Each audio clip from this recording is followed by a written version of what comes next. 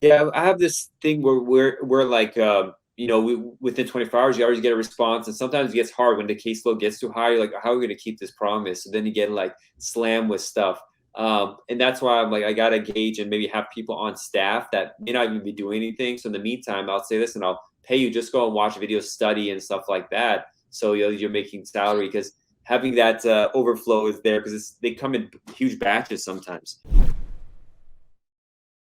But it's a good problem to have. And for me, it's turned, and that's why your articles are so helpful. It's about I've gone out of the solo sphere, which is just me creating a job for myself and just have fun with it. To like, okay, I'm a businessman, I'm running a business.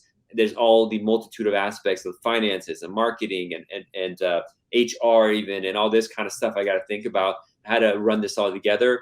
And then recruiting is such an important part. It's almost like making a basketball or baseball team where I'm constantly well, I have a position here. If I get the right person to fit within this, it's going to alleviate the stresses that are happening here. Like, how could I get a person that's like, I'm looking for a person who reads and writes well, an editor to read the magazine, but also then to read certain things in the case file, stuff like that, to write better. That might not be a lawyer necessarily, but it's more for the magazine. But just plugging that person in. So at first, I was going to hire a lawyer to read the magazine, to proofread and stuff like that. But lawyers good for the citations, but for proofreading, it's going to be expensive hiring a lawyer to do that. So I'm like, okay, if I get just an English major who's good at English, good to do it. So now I'm like fine tuning what kind of positions I'm in. And it's kind of fun. It's like a new chapter in my life, a new challenge that I have. Yeah, well, one challenge to you is actually thinking beyond that, right? Right now, you're thinking there's a position that needs these type of skill sets. How can I find the right person with those qualifications? Mm-hmm.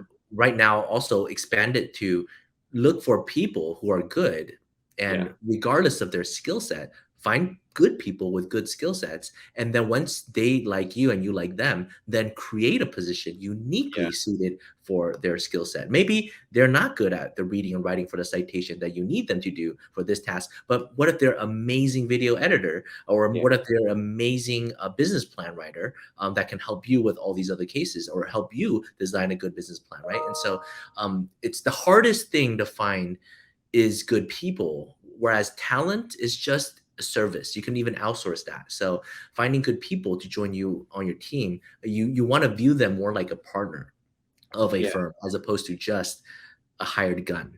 And I think that will help them stay with your firm a lot longer. I hear sometimes if you find somebody who's just a good fit, it's just hire and then figure out the work later, and that Yeah. makes total sense because you go through a lot of duds and you're like, wow, like just competent people and caring people, like just having them figure it out, just having that energy on the firm is really important. So yeah, it's like I'm thinking outside the box and globally now, so we can all over the world, how to find people that are good at what they do, care, are excited to learn. And cool thing is, if you're excited about immigration law, I get really excited because the law constantly changes. There's so much moving parts. The clients are really interesting. So the people we hired to help out when we talk about this stuff, they're interested and they don't get bored of it. Like my associate Anya, who's with me, like we get so excited talking about case fact patterns and different things that happen.